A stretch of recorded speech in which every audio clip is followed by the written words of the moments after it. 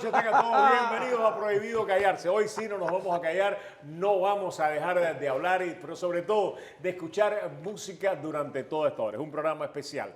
Miami se construye no solamente a base de gente trabajadora, gente que le pone mucho corazón a construir esta ciudad, sino a través precisamente de la cultura. La cultura se manifiesta en nuestras ciudades, de una manera muy, pero muy particular a través de nuestra música. Hoy hemos querido invitar pues, a varios amigos que con ellos hemos compartido muchísimas cosas a través de los años. Nos conocemos, yo diría, de la década de los 70, cuando pues, en Miami empieza a sonar una música que es conocida después internacionalmente como el sonido de Miami. El señor que yo tengo aquí a mi izquierda es el creador de ese sonido que se ha ido transformando, pero no ha dejado de identificar nuestra ciudad. Carlos Oliva. Mi querido amigo, gracias por acompañarnos. Un verdadero... Tremenda introducción que me diste. La que usted se merece, mi querido amigo. En la década de los 80, precisamente, aparece un grupo de muchachos jovencitos, eran unos niños. Habían tocado con figuras pues, de primer orden, acompañándolos y se convierten en una de las orquestas que en los años 80 marca definitivamente también pues, nuestra proyección musical hacia toda América, y es el grupo Clouds. Aquí está Frankie Marcos con nosotros, el director de ese grupo. Mi querido amigo. Muchas gracias, tremenda introducción también para mí. Muchísimas y por ahí gracias. Por ahí está tu hermano, tu primo Juan, está tu hermano. Mi hermano Jorge, que son Jorge, los para fundadores. ellos también, que forman parte de aquel grupo legendario también por nuestro saludo. Exactamente, son fundadores conjuntamente conmigo. Efectivamente. Y ustedes ven ahora a Camilo con guitarra. Vamos a hablar de la guitarra y Camilo en solamente unos minutos, pero déjenme dar la bienvenida también a alguien que yo no tenía el gusto de conocer, pero que en la noche de hoy he podido conocerlo. Para mí es un placer y un honor presentar a Kiki Sánchez, tremendo pianista, tremendo ser humano. Muchísimas gracias, Kiki, por acompañarnos. Sí, señor. Mi querido Juan Camilo, ¿qué usted hace con la guitarra? Cuénteme, a ver, ¿dónde es que usted empieza con este hábito de la guitarra? No, esto es totalmente improvisado. Además que me pusieron con guitarra al lado de estos tres monstruos, yo no tengo ni idea qué se hace acá. ¿Cuándo es que tú empiezas a tocar guitarra? Para beneficio de los televidentes. No, esto es un tema en Colombia hace 15 años, algo más o menos como de... para salir del paso, para pasar el tiempo con los amigos, como yo creo que alguna vez todo el mundo comienza a tocar guitarra. Por azares de la vida terminó prácticamente pagándome la universidad tocando guitarra. ¿Con una tuna? Con la tuna de la Universidad de La Sabana, sí. Ajá. Y pues pudimos viajar a varios países representando nuestra universidad, a Colombia y pues, pero nada, nunca al nivel de estos señores. Ajá, Kiki, háblame de ti. Soy de Lima, Perú. Ajá. Vivo en la ciudad de Miami ya como 15 años y bueno, haciendo lo que me gusta, que es la música, y pasando este momento inolvidable con ustedes. Qué bueno, pues nada, un verdadero placer tenerte acá. Y precisamente he dejado ahora pues, a Carlos y Frankie para hablar de ellos, porque hablar de ellos es hablar para muchos de ustedes y para mí, estoy seguro, para hablar del Crossway, para hablar del número 1, del Penthouse, de todos aquellos lugares que a finales de la década de los 70 y a la década de los 80, estos señores convirtieron en centros internacionales. Sí. Mi querido amigo, ¿cómo ha pasado tiempo? ¿Cómo ha pasado tiempo? ¿Cómo ha Sí, pasado señor. tiempo? Y sin lugar a duda, grandes memorias y grandes recuerdos. Sí.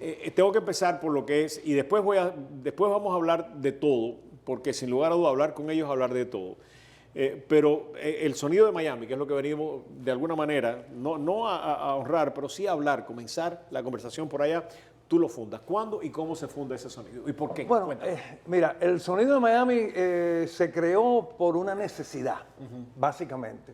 Porque estábamos aquí y estábamos disfrutando de los Estados Unidos, y disfrutando de la música americana en la radio y compartiendo con americanos, etcétera, etcétera. Pero dentro llevábamos esa raíz nuestra cubana que nos gustaba y la sentíamos. Entonces llegó un momento que hubo que incorporar las dos cosas. A la hora de trabajar en los nightclubs. ¿Tú empiezas en el rock o cómo tú empiezas como músico? Bueno, yo empiezo con el maestro Julio Gutiérrez. Ok. Típico cubano. Ok, Ahí música sí, cubana. Sí, cubana. Me fui a Nueva York con Julio Gutiérrez, Chirino se fue con nosotros, teníamos un cuarteto, Ok. Robertico Lozano, Chirino, Wow. Héctor Fernández y yo. Estábamos haciendo un cuarteto vocal que se usaba mucho en aquella época, Ajá. como Meme Solís, tú sabes, Los ese tipo Zafiros, de toda esa gente, todas esas los cosas. Platters. Sí, entonces Julio se iba a Nueva York a trabajar allá y le dimos una audición con el cuarteto y le gustó. Y los cuatro nos fuimos para Nueva York a trabajar con Julio.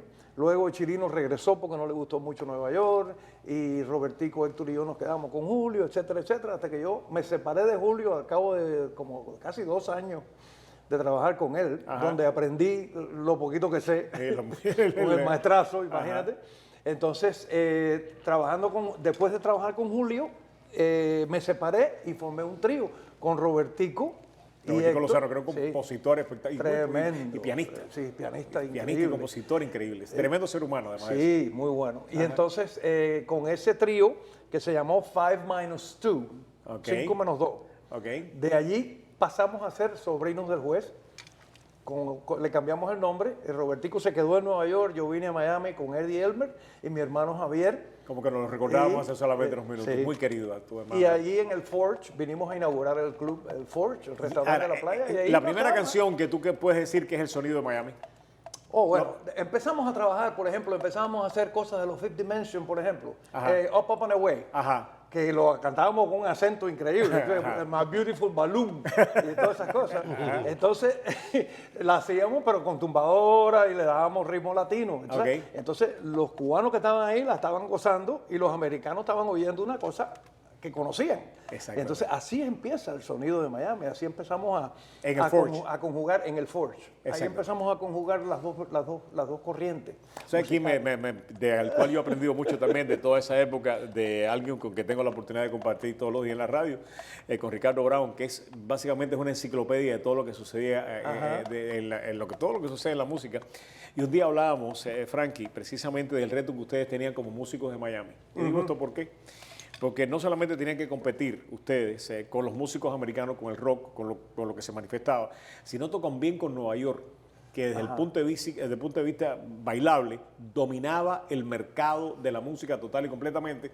Y cuando ustedes arrancan, mi querido amigo, de Nueva York pasa a Miami, precisamente el control de la música bailable por largo tiempo. Ajá. Cuéntame cómo tú empezaste en la música, porque empezaste de niño, 16 años tú tenías, ¿no? Sí, a 16 años tenía. Ajá. ¿Con quién exactamente. empezaste? Bueno, lo primero que yo hice, yo trabajé en un lugar, en un grupo que yo tenía que se llamaba Los Happy Boys, en El Reloj, que estaba en Collins y La 10. Ok. Entonces era el grupo y el show era una mujer que bailaba con una serpiente. Con una serpiente. Ese era el show. Entonces nosotros tocábamos, cuando se acababa el un buen show, un buen show, la mujer me decía, ¿me puede llevar para Miami? Entonces yo la traía, yo con 16, y atrás Con venía- 16 años. la traía ella, la pobre, luchando, ¿no? Y atrás venía con la caja y la serpiente. Y yo sé, Dios mío, si esto yo con 16 años se sale la serpiente de aquí. Y ahí yo empecé y trabajé como un Siempre año. con metales. Sí, siempre con metales, sí. Ok. Y mi primo José Juan, mi hermano todavía no tocaba porque tenía 12 años. Y ya después que pasa esa etapa, yo empiezo con Chirino, a los 16 años, Con el saxo. tocando saxofón, flauta y todo eso. Ya con Chirino. Y ahí estuve años y aprendí mucho mientras que iba al college y me iba preparando musicalmente. Pero tú empezaste en el saxo, o sea, el saxofón tú lo empezaste Ya de los 12 años. desde los a 12 años, estudiar. empezaste a estudiarlo formalmente. Exactamente, al igual que la flauta, clarinete, y ya uno sigue piano y orquestación y todo lo que uno... Cuando aquello, yo conozco precisamente a tu primo Juan, creo que fue también ahí, que él creo que tocaba como una especie de piano bar también. Él no tocaba piano. También él ha hecho ese trabajo, como no. Exactamente. ¿Cómo le dicen Pepito? Pepito, exactamente. Pepito. Exactamente. De aquella época, de aquella época quedan muchos recuerdos y mucha gente muy querida que sin lugar a duda calificaron. Yo no puedo hablar de aquella época sin hablar de una emisora en la cual yo empiezo básicamente, que es CMQ, con Pedro de Paul, con Roberto Suárez, que le dio un impulso a la música de Miami tremenda, porque hasta ese momento también habían dos emisoras de radio, la Fabulosa y la WQA, muy tradicionales. Exactamente. Y correcto. con CMQ, que yo era disjockey en aquel momento, empieza a tocarse la música de Miami de una manera muy, muy espectacular. Exactamente, y después viene, creo que la primera FM... FM era 92, que es con donde tú Betty Pino. estás, con Betty Pino. Con Betty Pino. Y entonces ahí es que empiezan ustedes a apoyar un género de música, pero un género de música que se hace en Miami, pero todos los que estábamos formando ese tipo de música, todos estábamos estudiando y preparándonos musicalmente. Sí. Porque lo mismo el grupo de nosotros, que el de Carlos, que de Chirino, eran grupos que los músicos eran profesionales de la universidad y desde que nosotros empezamos empezamos ya con un concepto profesional y eso nos facilitó un poco más. Yo me acuerdo que cuando estaba pasando mucho trabajo, José Juan me dijo, esto hay que combatirlo con música. Hay que hacer buena música porque si no, no vamos. Y entonces, así empieza el sonido de esa forma, de lo que estaba diciendo Carlos. Pero nosotros específicamente, un grupo que todo el mundo era de la universidad. Bueno, tú tocaste el Crossway y tú en el Crossway también, ¿verdad? Sí, y Will cómo también no. tocó en el Sí, Crossway. el Crossway También. y el Don Quijote. En el Don Quijote. Hay que mencionar el Don Quijote. Exactamente. Y me acuerdo que Bueno, y cuando el Don Vicente Quijote, empieza... Roberto fue dueño del Don Quijote, que no lo querrá decir aquí, Ajá. pero fue dueño del Don Quijote. Lo echaste para adelante. Vamos a comerciales, que ya están aquí descubriendo cosas que no debemos estar hablando. Regresamos con más de este grupo, de estos hermanos, porque son hermanos.